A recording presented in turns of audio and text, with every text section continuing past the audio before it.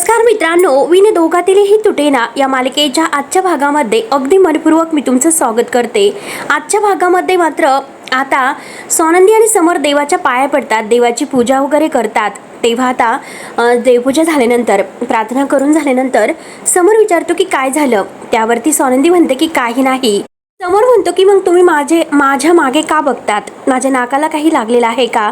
त्यावरती मात्र आता स्वानंदी नाही असं म्हणते। आता स्वानंदी म्हणते की मी काही तिरळे आहे का, मग तुम्ही सारखं माझ्याकडे का बघतात। त्यावरती मात्र आता स्वानंदीला आता काय उत्तर द्यावं तेच काही कळत नसतं। स्वानंदी बघत असते तर समोर म्हणतो की मला हेच कळत नाही की आजकाल मात्र तुम्ही माझ्याकडे असं का बघतात। तेव्हा सुद्धा तुम्ही असंच माझ्याकडे बघितलं होतं, मी खूप घाबरलो होतो। त्यावरती आता स्वानंदी पुन्हा विचारते की असं म्हणजे नक्की कसं बघतात। त्यावरती समोर म्हणतो की जसं एखादा प्राणी आपल्या समोर आल्यानंतर आपण कसं रिॲक्ट होतो, अगदी तसं तुम्ही माझ्याकडे बघतात। त्यावरती स्वानंदी हसते आणि तुम्ही नक्की काय बोलता काहीच कळणार नाही असे लाजतच बोलत तेथून ती बाजूला जाते। मलिका मात्र आता ह्या दोघांकडे बघत असते, त्यांचं बोलणं ऐकत असते, त्यांचे हावभाव पाहत असते। आता हे सर्व काही ऐकून मलिका आता आपल्या मनात म्हणते की इतक्या गुलुगुलू गप्पा सुरू आहेत, घे स्वानंदी लवकरच सगळं काही हसून वगैरे घे। तर तुझ्या चेहऱ्यावरचं हसू मी नाही बदललं तर मी सुद्धा नावाची मलिका राजवाडे नाही। तेव्हा आता मलिका तिचे जे काही डाव आहे तर ते आखण्याचा प्रयत्न तर करतच असते। इकडे स्वानंदीच्या मागे येतो, स्वानंदी आलेली असते तर तिला रोहनचा कॉल येतो। रोहन म्हणतो की ताई उद्या बाबांचा वाढदिवस आहे, हे तर तुला माहितीच आहे ना। त्यावरती स्वानंदी म्हणते की हो रे माहिती आहे आणि हे बघ त्याबद्दल आपण बोललो सुद्धा। त्यावरती आता रोहन म्हणतो की अगं बोललो पण तू येणार आहेस ना। म्हणते की हो अरे मी येणार आहे आणि आपण अगदी छान असं थाटामाटात त्यांचा वाढदिवस साजरा करूयात। आणि आता तर काय त्यांची लाडकी सुनबाई सुद्धा आहे, त्यामुळे मात्र आपल्यामध्ये आणखीन एक मेंबर ऍड झालेला आहे। त्यावरती रोहन म्हणतं की हो हे तर मला माहिती आहे, परंतु मला एक गोष्ट सांग बरं, समोर जिजू येणार आहे का। त्यावरती स्वानंदी म्हणते की हो मी त्यांना विचारते। आता लगेच रोहन म्हणतो की अगं तू त्यांना का विचारतेस, त्यांना तू सरळ घेऊन ये। त्यावरती आता स्वानंदी म्हणते की बरं ठीक आहे मी त्यांना घेऊनच येते आणि हे बघ जेवणाचं काय करायचं आहे ते मला नक्की सांग। तेव्हा रोहन म्हणतो की ठीक आहे ताई मी तुला ते नक्की सांगतो।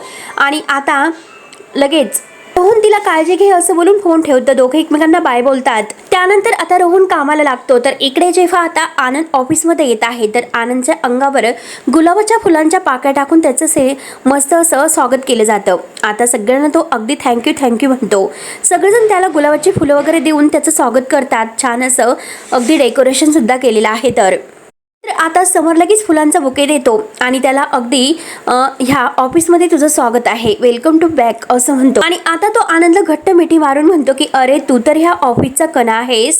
आता समोर त्याला केबिन मध्ये घेऊन येतो आणि म्हणतो की आनंद तू आता ऑफिसमध्ये आला तर खरं ऑफिस हे ऑफिस वाटतं, तू नव्हता तोपर्यंत फक्त भिंती वाटत होत्या। त्यावरती आता आनंद म्हणतो की हो ना, अरे मला सुद्धा मात्र एक दिवस असा घरी व्यवस्थित गेलेला नाही आणि इकडे आणि आता सगळं काही शरीर तिकडे असं झालं होतं। त्यावरती आता समर म्हणतो तर पूर्णपणे गोंधळ झाला होता। तर आनंद म्हणतो की ठीक आहे आता मात्र आपण अगदी झपाट्याने काम करूयात। आणि तेवढ्यात मात्र ऑफिसमधील एम्प्लॉई येतात आणि कामाबद्दल प्रत्येक माहिती आनंदला देत असतात। तर समर म्हणतो की अरे थांबा तो आत्ताच कुठे कामावर आलेला आहे, त्याला शॉस तर घेऊन द्या। तेव्हा आता आनंद म्हणतो की अरे मी ठीक आहे कामाचं तर बघावंच लागेल, म्हणून तो आता जी काही माहिती आहे तर तो त्या एम्प्लॉईला देत असतो। चला कामाला लागा नाहीतर मी एकेकाला चांगले फटके देईल, चला आता निघा म्हणून आनंद प्रत्येकाला कामाला लावतो। त्यानंतर आता इकडे स्वानंदी विचार करत असते की बाबांचा वाढदिवस आहे आणि त्यानिमित्त मात्र आता राजवाड्यांशी लगेच बोलायला हवं, ते येतील ना आता ह्या वाढदिवसाला असा ती विचार करत आहे। आणि तेवढ्याच स्वानंदी मात्र आता समरला कॉल करते। समर म्हणतं की बोला ना मैत्रीण काय काम होतं। तेव्हा आता स्वानंदी म्हणते की उद्या माझ्या बाबांचा वाढदिवस आहे। हे ऐकून मात्र आता समरला खूप आनंद होतो। समर म्हणतो की खरंच काय सांगतात, आता सगळं काही जोरदार सेलिब्रेट तर करायला हवं। आपण एक काम करूयात, आपण एखादं हॉटेल बुक करूयात आणि तुमच्या जे काही नातेवाईकांची लिस्ट वगैरे आहे तर मला पाठवून द्या, आपण सगळ्यांचं जे काही नियोजन आहे तर ते व्यवस्थित करून हॉटेल बुक करतो। त्यावरती स्वानंदी म्हणते की नकोय। समोर विचारतो की का नको। स्वानंदी म्हणते की बाबांना असं 5 स्टार हॉटेलची सवय नाही ना, आणि आता हे बघा आपल्याला बाबांचा वाढदिवस साजरा करायचा आहे, तुम्ही माझ्यासोबत नक्की तिकडे येताल का त्यांना म्हणजे सरप्राईज देण्यासाठी आणि त्यांना विश करण्यासाठी। तर जर तुम्हाला काम असेल तर मात्र तुम्ही तसंच मला सांगा आपण नाही नको जायला, मी जाईल.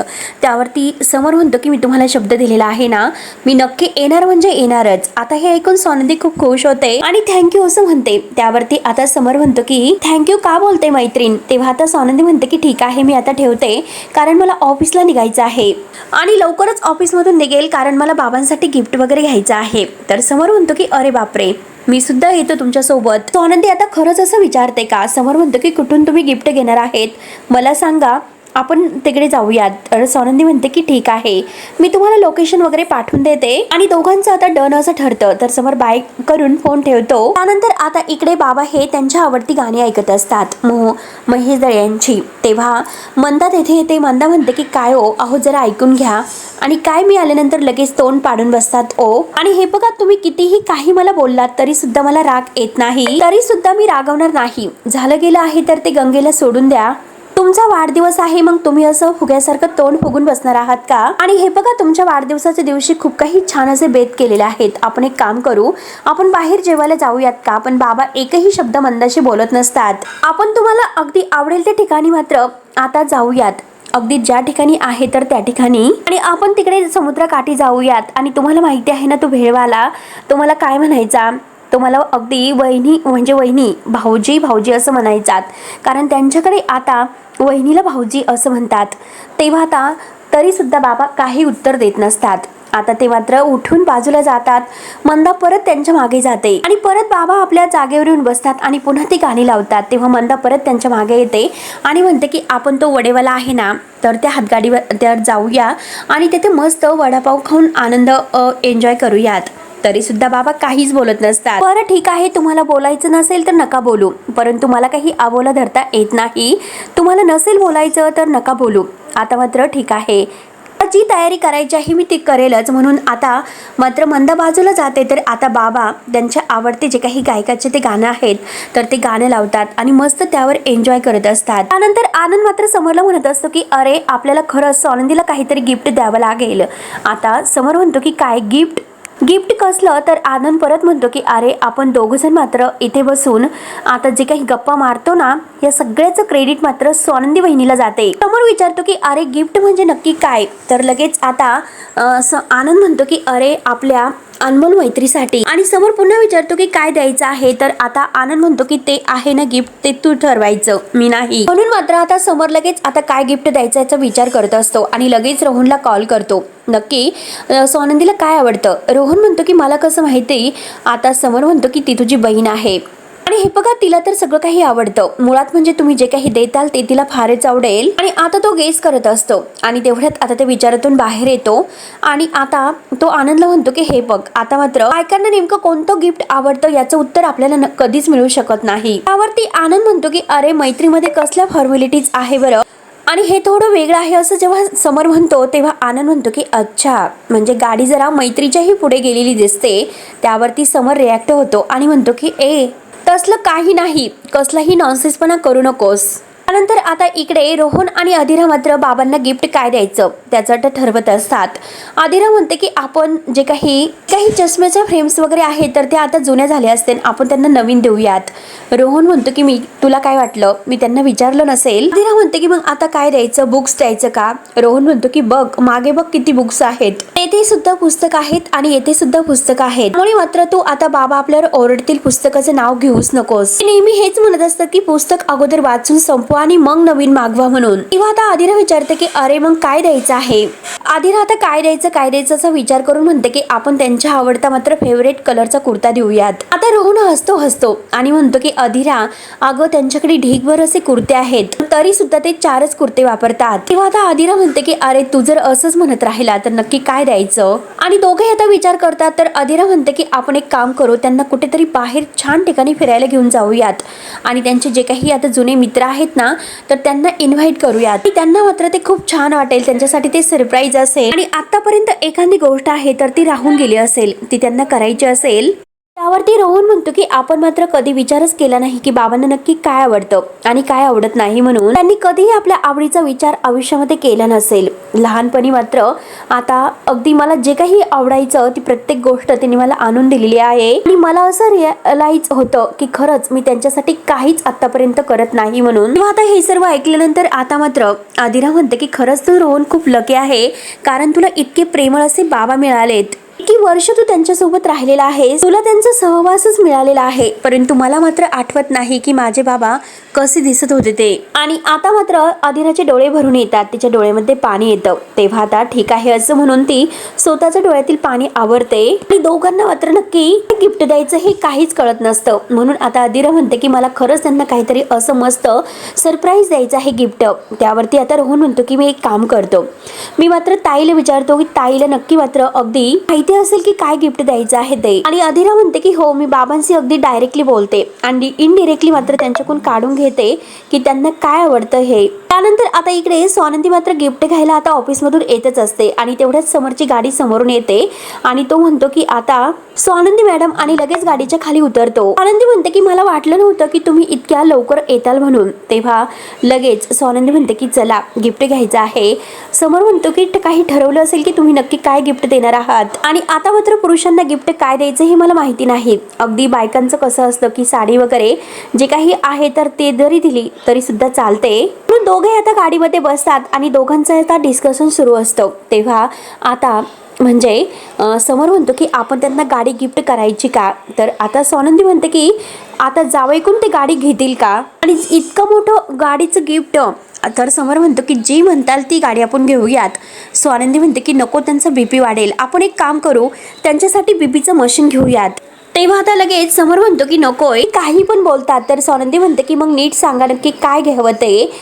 आता ओरडते. तर समोर म्हणतो की ओरडून मला सांगू नका प्लीज, आपण एक काम करू, आपण त्यांना पुस्तक देऊयात. तर लगेच आता स्वानंदी म्हणते की नकोय, पुस्तकं तर खूप आहे घरामध्ये आणि एकतर बाबांना डोळ्याला खूप अगदी ताण येतोय वाचनामुळे, त्यामुळे त्यांनी वाचन कमी केलेलं आहे. तर तेवढ्यात स्वानंदीला आता रोहनचा कॉल येतोय. आता रोहन म्हणतो की ताई प्लीज माझी काहीतरी हेल्प करणार आहे, मला खरंच काही सुचत नाही. त्यावरती स्वानंदी विचारते की अरे एक मिनिट रोहन, नक्की काय झाले, काही टेन्शन वगैरे आहे का, आदिरा ओके आहे ना. त्यावरती आता लगेच रोहन म्हणतो की अगं हे पण सगळं काही ठीक आहे, आदिरा एकदम अशी मस्त आहे, परंतु अगदी नेहमीचीच गोष्ट आहे की बाबांना गिफ्ट काय द्यायचं. त्यावरती आता स्वानंदी म्हणते की अरे हो ना, मी सुद्धा तोच विचार करते, ती राजवाडे सुद्धा विचार करत आहे माझ्यासोबत, परंतु आम्हाला सुद्धा काही सुचत नाही. तर त्यावरती आता हे कोण रोहन म्हणतो की तेथे सर सुद्धा आहेत का. मग ताई तू एक काम कर, माझं त्यांना हाय सांग बर का. की हो हाय हाय, मी सुद्धा येतेच हाय. रोहन हसतो आणि म्हणतो की हे बघ ताई, अगं आदिराने ते मिशनच हाती घेतलेलं आहे, बाबांना काय द्यायचं आणि काय गिफ्ट नाही द्यायचं ते. त्यावरती आता स्वानंदी हसते आणि विचारते की आता बाबा काय करतात. तर रोहन म्हणतो की एक सेकंद थांब बर का. आता रोहन डोकावून बघतो आणि म्हणतो की अगं ताई त्यांची मैफिल सुरू आहे, अगं त्यांचे फक्त आवडते महेश काळे आणि तेच, या बाकी काही सुचतं त्यांना. आता समोर विचारतो की अरे रोहन तू आता कोणत्या गायकाचं नाव घेतलं. तर रोहन परत म्हणतो की महेश काळे. तेव्हा आता स्वानंदी म्हणते की आहो ते महेश काळे, बाबांना त्यांची गाणी आवडायला फार आवडतात, आमच्याकडे सतत 30 गाणी सुरू असतात. तिच्या डोक्यामध्ये कल्पना येते. ती लगेच रोहनला म्हणते की अरे रोहन सुचलं, पण काखेत कळसा आणि गावाला वळसा महेश काळ्यांची सगळी काही गाणी एकत्र करते आणि आता एक कॅसेट तयार करते, कारण बाबांनी त्यांचा सांभाळून ठेवलेला टेप रेकॉर्ड आहे तर तो बाहेर काढायचा आहे. आता रोहन म्हणतो की ताई तुला कसं इतकं सहज सगळं काही सहज ओळखता येतं ग, तू कॅसेट रेडी कर आणि बाकीची जी तयारी आहे तर ती आदिरा आणि मी मिळून करतोय. आणि आता अगदी तो थँक्यू बोलतो. स्वानंदी सुद्धा म्हणते की हो ना थँक्यू.